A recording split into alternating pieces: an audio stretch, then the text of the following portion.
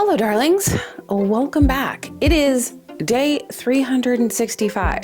This is officially 365 days of my challenge ending. The challenge, if you're new around here, was that for 365 days, I was going to re-engage with creativity. I was going to discover my creativity. I was going to engage in creativity and creative acts every day for 365 days. So that's 12 months of unique creative output, and it's been a journey. I started this because I was so involved with running my career coaching business, my company, which, by the way, I work with creative individuals.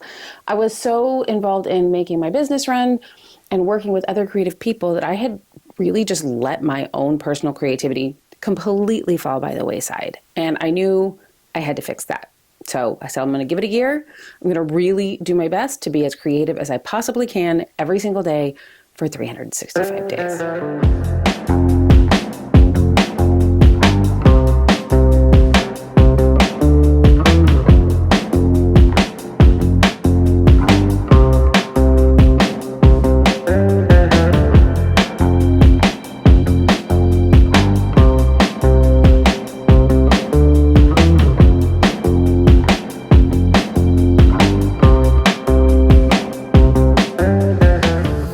Honestly, I'm feeling a weird mix of things.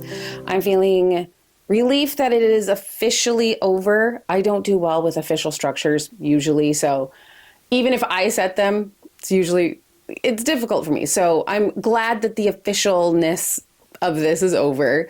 I'm a little sad because I really did enjoy the process, and I'm not sure if without the structure of the challenge, if I will continue it. And I'm also sort of in the same mental exhaustion space that most of us are in right now. So I'm struggling with that. So it is this very strange mix of emotions. I am really proud of myself, but also just sort of, it is a little anticlimactic. So when I started, I just thought it would be an interesting way to get through my creative block, my lack of creativity. I really didn't think about how it would change fundamentally the way I engage in creativity.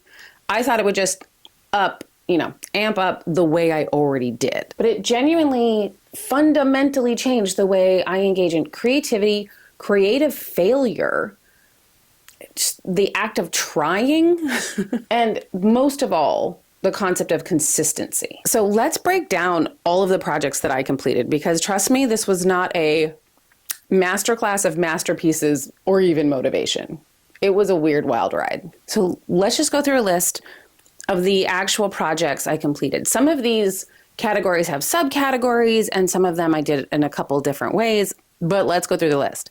So DIY, gardening, weaving, beauty products, travel, home organization, sewing, painting, thrifting, repurposing, cross-stitch, fashion, journaling, intentional actions.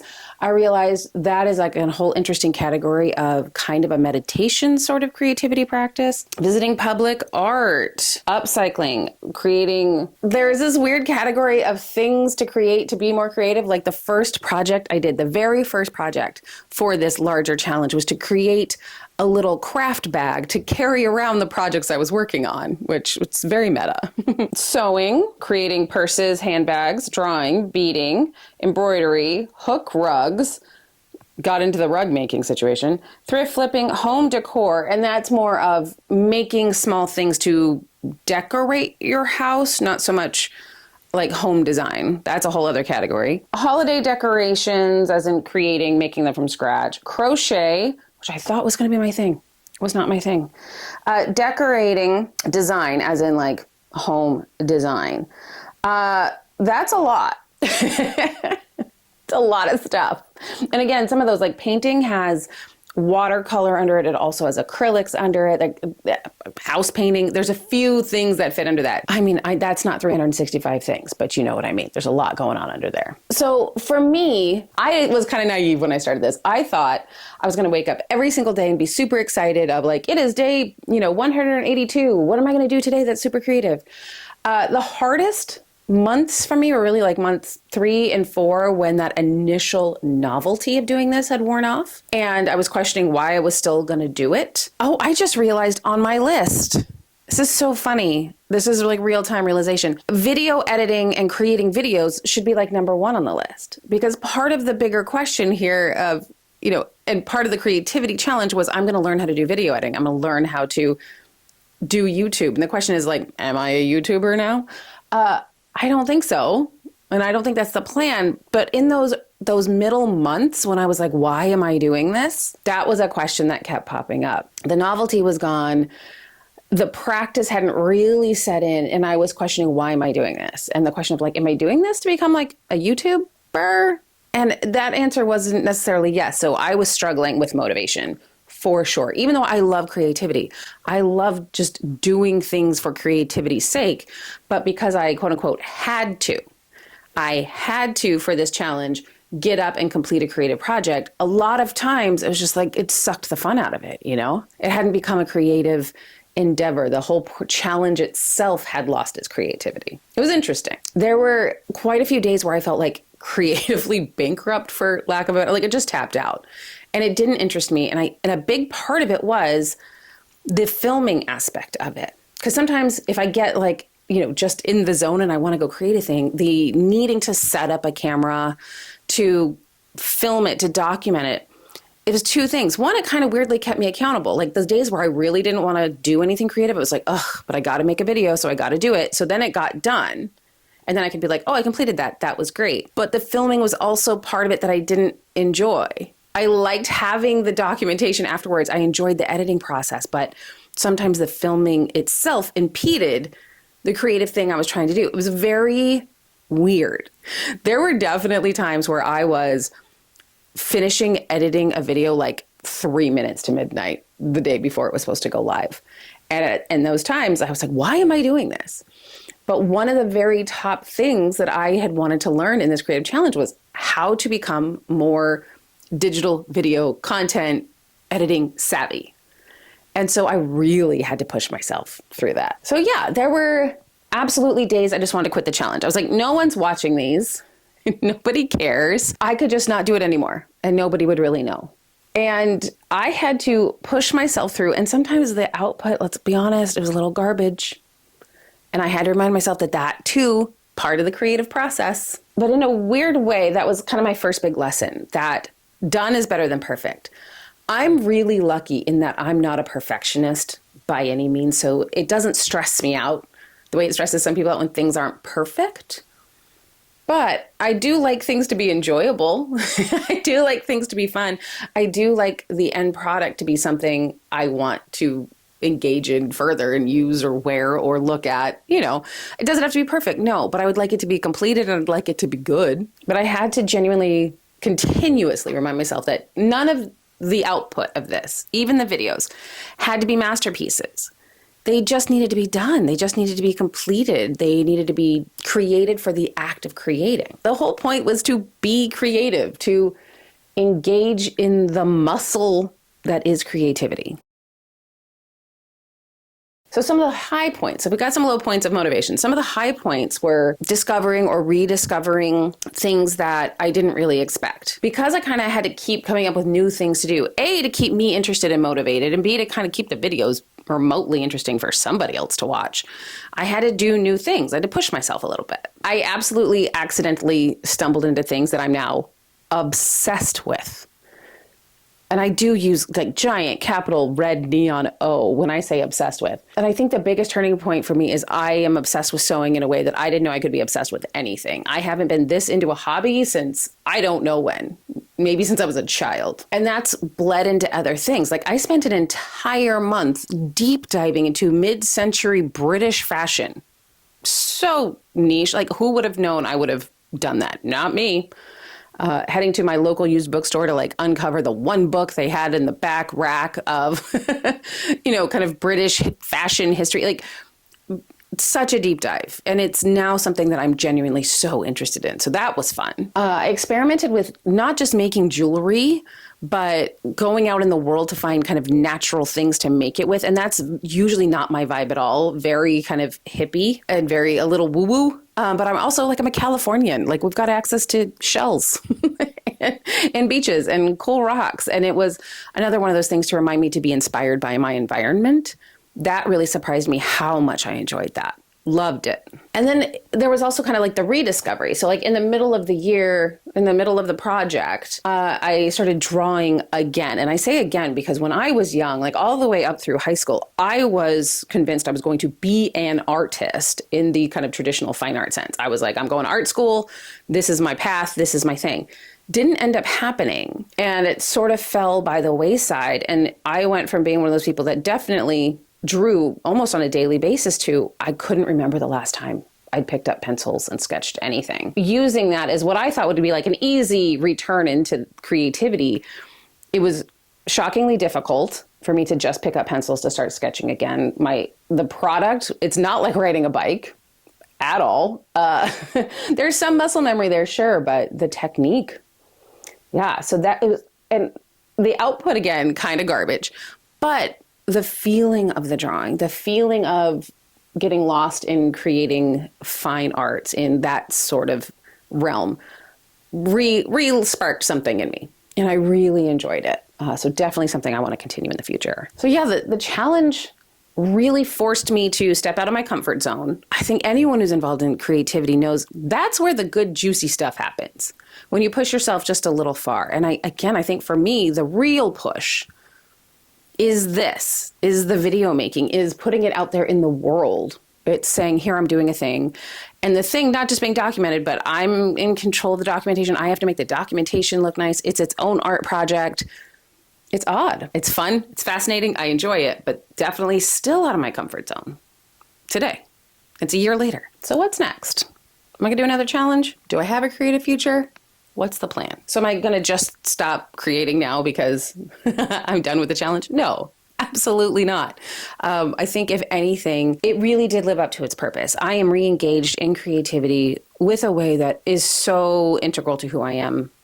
And honestly, it really has been helping me with my client work. I got to a point where, I'm talking to extremely creative people all day, and having had lost that kind of pathways in my brain sort of way to connect with them was not serving me or them. So having gone through this, I honestly am having better client sessions than I maybe have ever had. That's just the truth. So I absolutely will not stop making sure to implement creativity on a daily basis. Like I'm not going to say it's a habit now, but it is absolutely just part of my fiber. It is just who I am again. But that does mean I need to make plans for my future, for the future of this channel, for how I want things to progress. So plan A is to institute some deep dives. I love a deep dive. So I'm going to really be stressing less about kind of daily creation to like weekly completion of a project. I want to take the skills that I've learned, the things that I've dabbled in, and I want to get better at them, and I want to be able to focus on them more. So I really want to do some sort of longer, more involved, more developed projects, even more complex things that hopefully will make more interesting videos as well. So the first project for this is I want to complete an entire vintage capsule wardrobe that I sew by hand. And if you saw the video of my vintage sewing pattern collection, I have literally hundreds and I love them and they are so inspiring to me. And there are quite a few of them. Their purpose is to create a capsule wardrobe. They come with like a coat and some pants and a skirt and a blouse and a top and a little accessory. And the idea is you make them and you have a whole little capsule that you can just wear, mixing, matching the pieces. And I really, really want to complete one of those. So obviously I would document the whole process, the picking of the pattern, the sewing, the mistakes that I make, because there will be many. I am still learning how to sew. As obsessed as I am with it, I'm a baby sewist. So then, after all of the completion, the big final reveal. And, I'd like to get to a point where I can create decent tutorials for people who are even newer at sewing than I am. Plan B is I want to introduce themed months. So I really loved when the 365-day challenge sort of took me into new places, when I discovered new mediums, or I got to play in new mediums that I hadn't seen since I was very young. So now what I want to do is I want to take like a whole month and focus on, a particular medium, a particular subject. There's a thing been going around social media the past year or so about creating a curriculum for yourself. And as a, former professor, I love it. Obviously, I'm big on curriculums. I'm big on reading the syllabus. So I'm not going to get quite that formal with it, but I want to say like March is going to be for clay sculpting, which I've never done, but I'd love to give myself like a whole chunk of time to learn it and to do it and maybe even get a little good at it. So I want the first kind of 3 months that I'm thinking is I want 1 month for kind of advanced video editing, because I've been at the very basic level and I want to get better at it. So that's kind of month 1.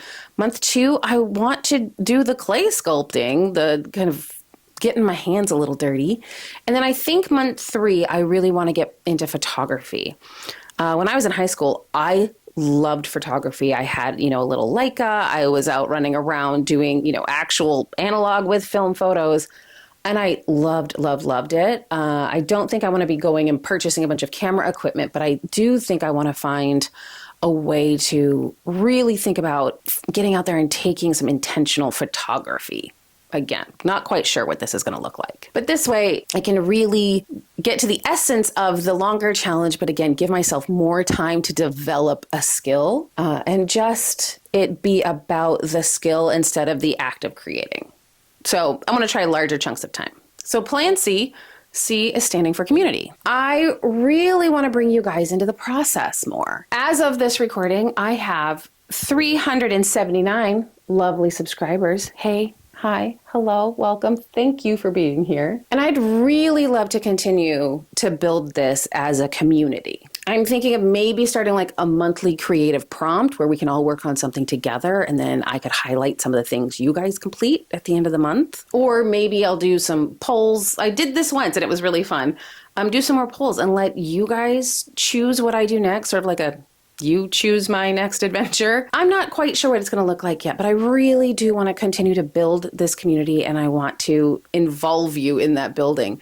That said, so if you're watching and you're not subscribed, join the community. Go ahead and subscribe. So this past year has been a wild ride for everyone, I think. But in terms of this challenge, it's been fun. It's been messy. It's been a struggle sometimes. It's been wonderful as a whole. For those of you who already are in the community, the comments you leave cheering me on and letting me know your thoughts on things, absolutely love it. Please keep doing more of that. Genuinely, thank you for sticking with me through this 365 days of creative shenanigans. And all these crazy projects that I've completed really do prove that little efforts make mountains. So if you've been thinking there's something you want to complete or you want to try a challenge. It does not have to be 365 days. In fact, I probably don't recommend it. But start with a week, a month, 3 months. Start with a chunk of time that feels like a little bit of a stretch for you and just decide to do a little bit all the time. Those little efforts grow and they can turn into something really wonderful. So let me know in the comments which of my new projects you're excited to see. Are you excited to see the capsule wardrobe or the clay sculpting or the photography? Let me know. Definitely don't forget to like this video. It really does help a lot. And to subscribe and come, let's build this community. A bunch of creative little weirdos. And until I see you again, stay curious, stay crafty, stay creative, and I'll see you soon.